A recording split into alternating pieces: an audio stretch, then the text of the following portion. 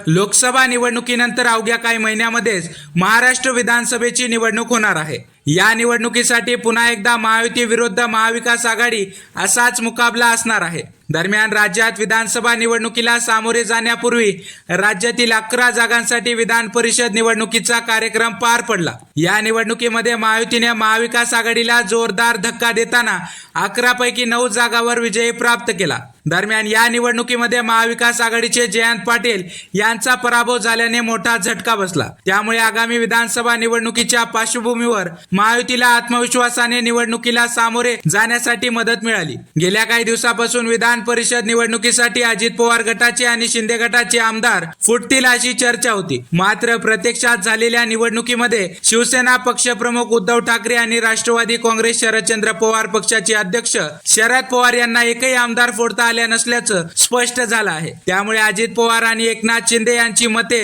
शाबित राहिली आहेत। त्यामुळे त्यांचे दोन्ही उमेदवार सहज विजयी झाले। दुसरीकडे भाजपचे सुद्धा 5 उमेदवार विजयी झाले। या सर्व पार्श्वभूमीवर आता सर्वांचं लक्ष विधानसभा निवडणुकीकडे लागलं आहे। गेल्या काही दिवसापासून महायुती सरकारने डॅमेज कंट्रोल रोखण्यासाठी लोकप्रिय घोषणा केल्या आहेत। यामध्ये मुख्यमंत्री लाडकी बहीण योजनेचा सुद्धा समावेश आहे। या सर्व पार्श्वभूमीवर सर्वे करण्यात आला। या सर्वेक्षणामध्ये महाराष्ट्राचा कॉल जाणून घेण्यात आला। या सर्वेक्षणात महाराष्ट्रातील जनतेने महाविकास आघाडीला पसंती दिल्याचं समोर आलं आहे। दरम्यान या निवडणुकीमध्ये भाजप सर्वात मोठा पक्ष ठरेल असं सुद्धा म्हटलं आहे। आगामी निवडणुकीमध्ये विधान परिषदेचा कॉन्फिडन्स महायुतीला मिळाला असला तरी महायुती समोर महाराष्ट्रात महाविकास आघाडीचं कडवं आव्हान असेल यामध्ये शंका नाही। दरम्यान करण्यात आलेल्या सर्वेनुसार येत्या विधानसभा निवडणुकीमध्ये आपली पसंती कोणाला असेल या अनुषंगाने सर्वे करण्यात आला असता यामध्ये 48.7% लोकांनी महाविकास आघाडीला पसंती दिली आहे। महायुतीला 33.1% लोकांनी पसंती दिली आहे। यापैकी नाही असं 4.9% लोकांनी म्हटलं आहे। अद्यापही ठरलेलं नाही असं 13.3% लोकांनी म्हटलं आहे। त्यामुळे विधानसभा निवडणुकीसाठी महायुती समोर महाविकास आघाडीचं जोरदार आव्हान असेल यामध्ये काहीच शंका नाही। दुसरीकडे मुख्यमंत्री पदावरून सर्वे करण्यात आला। यामध्ये 22.4% मतं घेऊन उद्धव ठाकरे आणि देवेंद्र फडणवीस समान पातळीवर आहेत। एकनाथ शिंदे यांना मुख्यमंत्री म्हणून पसंती 14.5% लोकांनी दिली आहे। 10.2% लोकांनी काहीच सांगता येत नसल्याचं सांगितलं आहे। सुप्रिया सुळे यांना 6.8% लोकांनी पसंती दिली आहे। बाळासाहेब थोरात यांना 4.4% लोकांनी पसंती दिली आहे। अजित पवार यांना 5.3% लोकांनी पसंती दिली आहे। नाना पटोले यांना 4.7% लोकांनी पसंती दिली आहे। तर जयंत पाटील यांना